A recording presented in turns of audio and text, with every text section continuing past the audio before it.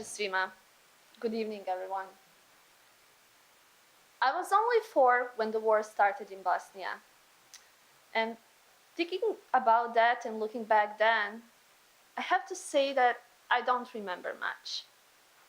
But what I can remember are certain feelings of being loved and accepted, but also abandoned and rejected from those who should teach us opposite. Tonight, I will share some of these stories with you guys. My family was displaced internally to a town which was not affected by armed conflict. Still, although we were safe, we were not sleeping in our own beds. We were not playing on the playground that we used to know. And my parents, after 35 years of life in the same town, within the same community, suddenly had to envision a new life. By the end of the war in 1995, we realized that we would never return to our homeland again. In 3 years, we have moved 4 times. Always a new bed, new playground, and a new circle of people. Finally, when we got a permanent home, I started going to school. Some teachers were very, very welcoming and friendly. Others hesitated of having so many newcomers in the classroom. My teacher, who was a native, was not so happy of having a lot of newcomers, refugees, as she used to call us. I remember her literally ignoring us, paying attention only to the local pupils. Those pupils who had been lucky to have new shoes, new school books, and a chance to go for a summer vacation every year. Today, every time I see my teacher, I turn my head away. I can't even say hello. Moja usta se zalede. My mouth gets frozen. Her example was to teach us, happy and carefree children, about the cruel reality that creates distinctions between people, about them and us. And who knows what would happen with me if I didn't start hanging around with Nadina. Nadina was a Muslim girl, my neighbor, and my best childhood friend.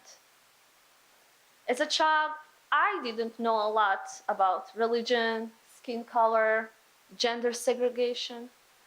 I have to say, I spent a happy childhood playing with Nadina. While I couldn't find solace in my school and in my teacher, I found it in Nadina. My parents encouraged our friendship, and while we probably didn't fully understand at the time, that taught us both about the beauty of differences, about the beauty of diversity. Our friendship was a true lesson for me. But unfortunately, not many Svjetlanas have parents like mine. In many cases, families actively discourage their children from spending the time with those different in color and religion. And those barriers often cause huge frustrations and serious identity crisis, setting the stage for extremism or violent radicalism that we struggle these days.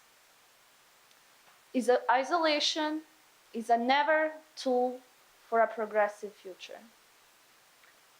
Today, we see many children and many youth coming to Canada, Europe, United States. We see organizations, activists, politicians welcoming them.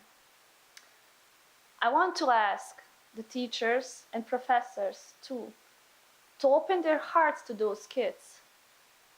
It is really important for them to feel safe, loved, and welcomed in the classroom. To feel finally accepted and equally engaged.